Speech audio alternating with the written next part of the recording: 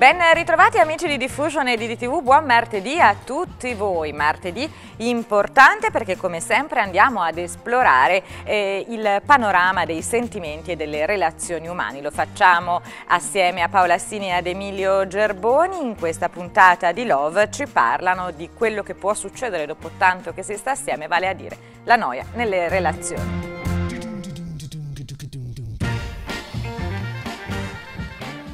Buonasera a tutti e bentornati a Love, grazie mille di essere ancora questa settimana in nostra compagnia. Presentiamo immediatamente il dottor Emilio Gerboni, grazie Emilio per essere qua. Buonasera. E i nostri ospiti partendo da Simonetta, bentornata Simonetta. Buonasera a tutti, sono di nuovo qui con voi, ringrazio per la vostra cortesia e gentilezza. Sono Simonetta, ho 53 anni e sono fotografo professionista. Grazie Simonetta, benvenuta. Abbiamo poi Filomena. Io sono Filomena, sono di Imola, ho 22 anni e nella vita studio. Grazie, bentornata. Ciao Michele. Paola, ciao Emilio, sono Michele appunto, ho 27 anni e sono di Imola. Bentornato, poi abbiamo Pietro. Ciao Emilio, ciao Paola, anzi ciao Paola, ciao Emilio. Esatto, per cavalleria. Per cavalleria. Sono Pietro di Bologna, 58 anni, informatico nonché musicista. Bentornato e grazie. E poi abbiamo il nostro Nicolas. Ciao a tutti, sono Nicolas, 20 anni di Imola, studio giurisprudenza a Bologna e presiedo un'associazione di beneficenza. Fantastico. Allora, stasera con i nostri ospiti e il preziosissimo consulto tecnico e assolutamente puntuto del nostro dottor Emilio Gerboni parliamo di un discorso che purtroppo affligge la maggior parte delle persone che si innamorano e si disinnamorano poi molto spesso per questo motivo. E infatti parliamo proprio della noia all'interno del rapporto di coppia. Quindi questo flagello, questa peste bubonica che a un certo punto, per un motivo o per un altro, spesso inficia anche le coppie che normalmente appaiono più stabili. Perché in realtà la noia quasi non risparmia nessuno, Emilio, nel senso che bisogna essere abili a non trasformare un rapporto magari anche consolidato, stabile, in tutta una serie di movimenti reiterati che poi immancabilmente portano appunto a questo stato di noia. Certo, diciamo che la noia è innanzitutto un fatto di cui dobbiamo fare i conti prima di tutto con noi stessi, certo. Cioè nella relazione con noi stessi. Talvolta la relazione diventa un modo per evitare la noia. Verissimo, verissimo, è vero. Prima di appunto entrare nell'argomento volevo fare una precisazione su un errata corrige della volta scorsa, della puntata scorsa. Desmond Morris non è un antropologo ma un etologo e zoologo, solo che io associando l'uomo all'animale mi sono connessione confuso, normale, insomma. Esatto, quindi... questo è stato il lapsus da cui, allora, no, diciamo che innanzitutto per quanto possa sembrare o attivare delle immagini negative, la noia, effettivamente in realtà è un sentimento che è stato approfondito da molti filosofi e che in realtà ha una sua nobiltà, nel senso che ad esempio la noia si associa a quella che nel Medioevo era il peccato capitale dell'accidia. Certo. Quindi l'inattività nel compiere né azioni positive né negative. Ricordiamo che Dante mette gli ignavi prima dell'inferno stesso, quindi addirittura è concepito come uno dei peccati più gravi, addirittura dell'omicidio, del suicidio, eccetera. Quindi, esatto, quindi l'inattività ha qualcosa di estremamente esatto. negativo. Più vicino a noi invece, proprio nell'epoca moderna, come viene concepito, a mio avviso c'è il pensiero di Pascal, nel senso che lui parla del concetto di divertissement, non so bravissimo in francese. Divertissement. Ecco, dillo tu che è meglio. Appunto, quindi questa attività frenetica che serve un po' a riempire quella sensazione di vuoto che ci fa tanto paura e che in un certo senso spaventandoci ci vogliamo allontanare, quindi questo senso, no, di fastidio nell'essere, di non poter godere dell'inattività, cosa di cui invece i romani, del riposo, era qualcosa di invece apprezzato e quindi positivo. Per cui tutto questo va a riproporsi nella vita di coppia, nella vita di tutti noi, con chi la risolve in un modo, chi in un altro. Assolutamente, io per esempio sono afflitta da iperattività da sempre. Questo è un grosso problema che mi porta intanto ad esaurirmi fisicamente e poi a confondere quella che è una normalissima routine di coppia come una noia mortale e ad insomma attivarmi 1000 campanelli d'allarme senza rendermi conto che è un problema mio e non della coppia in sé, e quindi verrò presto a trovarti, Emilio, in questo senso. Così ci annoieremo insieme. Esatto, così risolviamo il problema. Intanto sentiamo però che cosa ne pensano i nostri ospiti. Chi ha il microfono? Simonetta. Sì, dunque la noia è un argomento molto vasto questo. Voi avete toccato 2 punti cardini che secondo me un conto è l'ozio inteso come riposo per ristorare mente e corpo, e non sempre questo può essere considerato noia. La noia nella coppia è a mio avviso un'altra cosa, e cioè non trovare più stimoli o non creare più stimoli nella coppia che che attivino nuove creazioni. Io immagino sempre un fuoco, no? E il fuoco, se non è ogni tanto attizzato, alimentato da nuova legna, da torba, da carbone, come vogliamo, ovviamente si spegne dopo un po'. La stessa cosa è anche il rapporto di coppia, bisogna sempre rinnovarlo, cercare di tenere acceso quel fuoco e creare proprio, e magari insieme decidere di fare delle cose o di creare delle cose o di non fare, perché effettivamente è una decisione di coppia, cose che possono essere utili per entrambi, perché è un aiuto per entrambi per superare un determinato momento o periodo. Purtroppo noi siamo immersi, come giustamente dicevi anche tu relativamente alla tua iperattività, siamo immersi in una società che ci chiede continuamente di fare, e c'è una continua concorrenza su tutto, quindi si rischia poi di essere troppo impegnati a pensare quello che possono, al pensare la nostra immagine all'esterno, piuttosto che prenderci delle pause con noi stessi e con la persona che amiamo. Quindi rischiamo poi di arrivare ad una noia nella coppia perché siamo stanchi, cioè abbiamo bisogno anche di momenti di pausa. E purtroppo a me è capitato nel rapporto precedente, dove chiaramente non c'erano stimoli, non esisteva assolutamente nulla, non c'era momenti anche di presa di coscienza di coppia, quindi fare qualcosa che piacesse entrambi, ma sostanzialmente c'era una visione, come dice, tanto lui è lì oppure tanto lei è lì, va bene così, cioè un dato di fatto che assolutamente fa morire la coppia. Quindi la noia è derivata, secondo me, proprio anche da questo potrebbe essere una delle cause, non dico che sia la causa, ma una delle cause.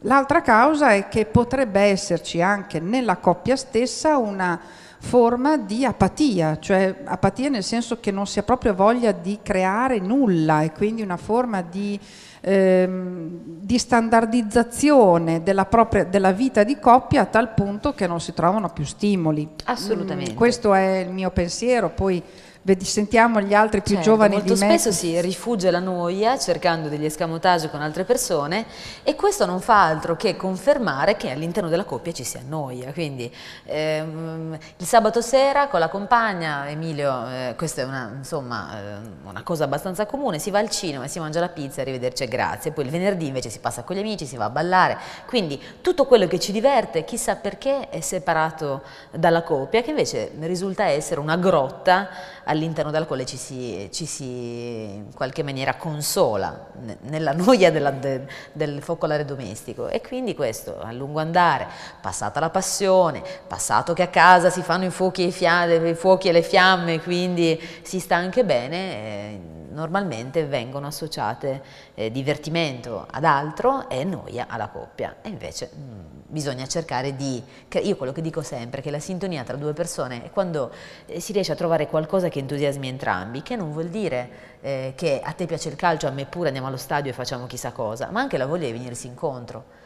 Io dico sempre, mio fidanzato è sempre lo stesso, andavamo a fare un viaggio, un giorno, c'era una settimana, che ne so, un giorno per me si andava alla Pinacoteca Nazionale, al Museo Egizio, il giorno dopo con lui Museo delle Torture, Zoo, Luna Park, e se c'era l'acquario andiamo a vedere anche l'acquario, però si cercava insomma di venirsi incontro. Poi magari lui al museo aveva l'iPad e ascoltava la musica, non gliene fregava niente, io anziché guardare i pesci facevo altro, però si creava una sorta di complicità o si fingeva che ci fosse. Invece il problema è mollare il colpo dall'inizio, quindi dire vabbè tanto è lì e chi se ne frega.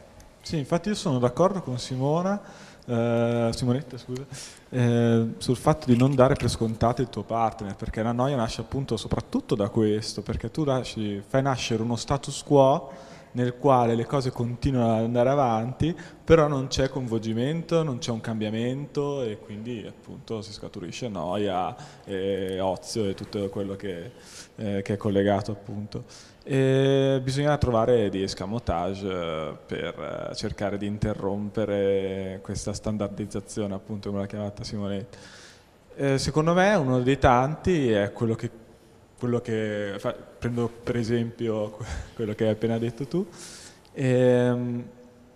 uscire insieme ma fare tante cose, e non vuol dire iperattività, magari trovare anche degli stimoli per aiutare la coppia.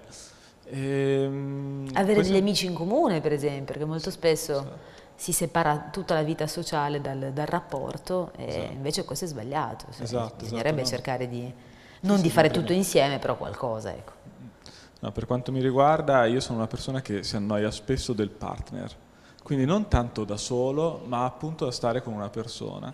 E mi sono chiesto il perché più spesso e devo dire tutta, non l'ho ancora trovato, quindi per questo non saprei darti una risposta precisa, però sono sicuro che lavorandoci sopra alla fine si riesca ad eliminare questo brutto aspetto di noia. Parliamo anche di noia a letto, perché se è vero che, poi mi dirai Emilio, adesso passiamo la parola all'esperto, se è vero che il sesso... L'esperto della noia a letto. Eccomi presente.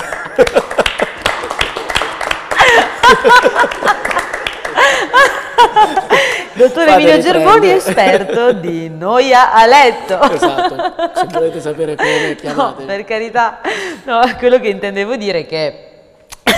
Oddio, sono entrata nel loop della risata. Allora, se è vero che... Meraviglioso!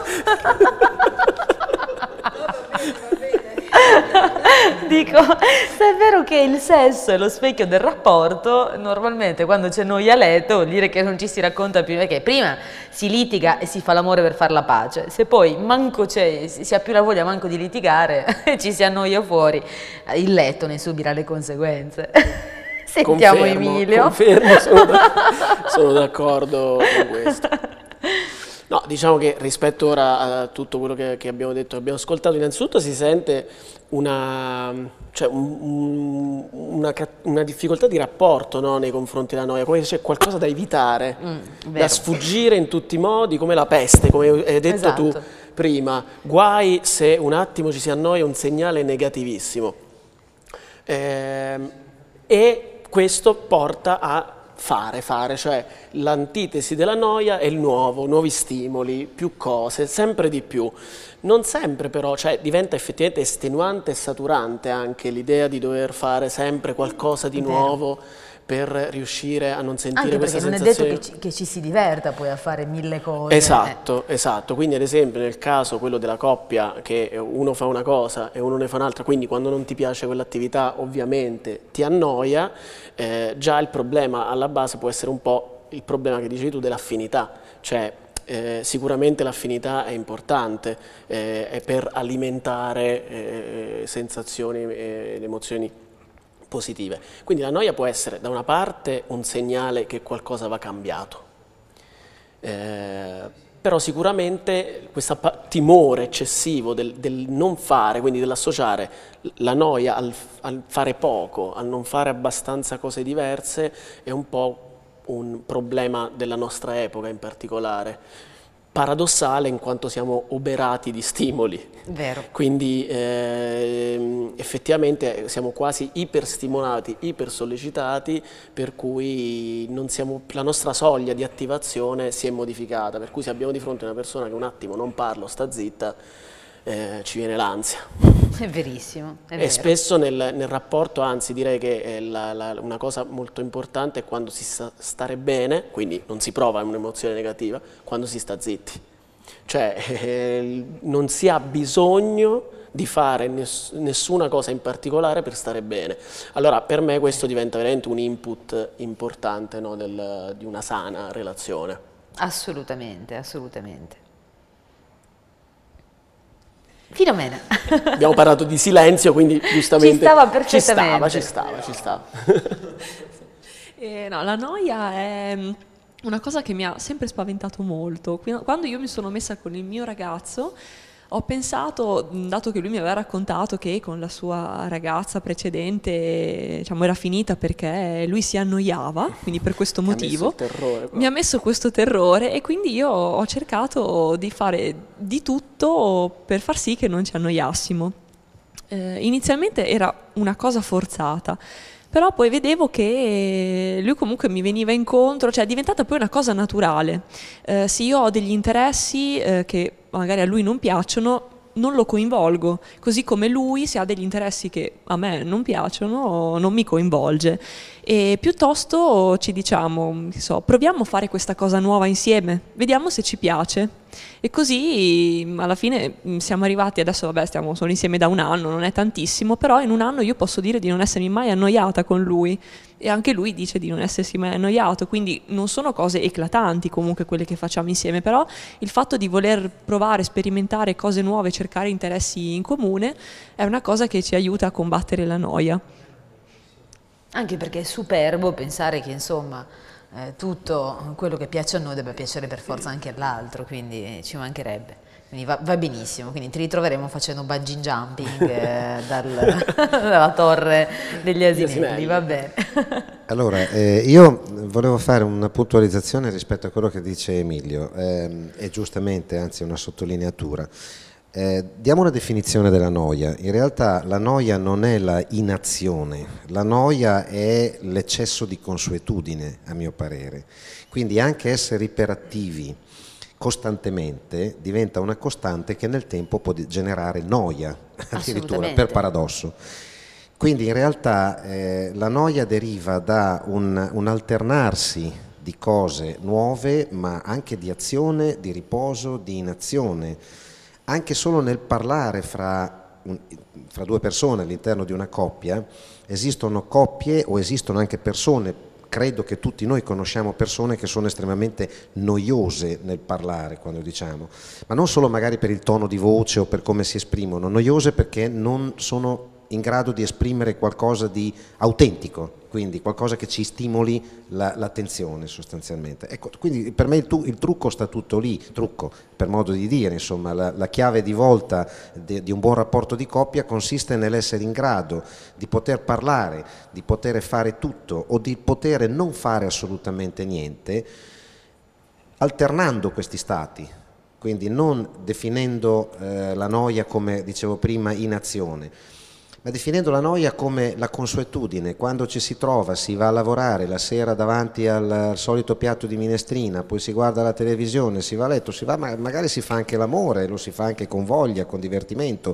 ma quando tutti i giorni è, come si dice a Bologna, la stessa manfrina, comincia a diventare pesante. Vedersi tutte le volte per andare a fare bungee jumping o buttarsi da un aeroplano col paracadute o vedersi solo per quello e condividere solo quell'interesse, questa diventa alla fine noia, perché dice, beh, insomma, che due scatole. Sì.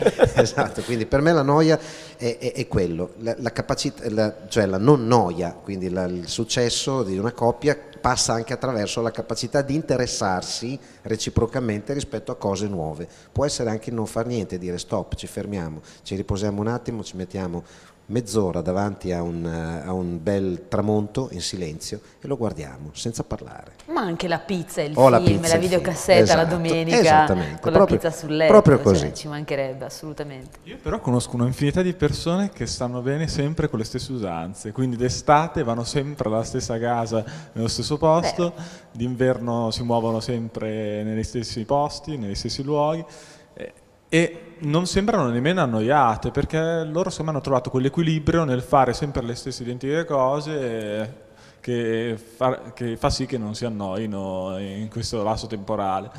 Ovviamente guardandoli dall'esterno io vedo una gran noia, però magari loro non si vedono una gran noia, però potrebbe anche essere una cosa mia. Infatti secondo me spesso nelle coppie è anche una cosa personale, nel senso io mi annoio molto, magari l'altra persona sta così bene con me anche senza far niente che andrebbe così fino all'eternità. Io invece magari reggo 10 minuti, quindi secondo me dipende molto dalla persona. Dipende anche dalla coppia. da come moduliamo la nostra vita. Io per esempio, che sono una persona che vive in 3 città alla settimana, faccio 4 miliardi di cose, quindi ho bisogno per me stessa di essere iperattiva nel mio lavoro.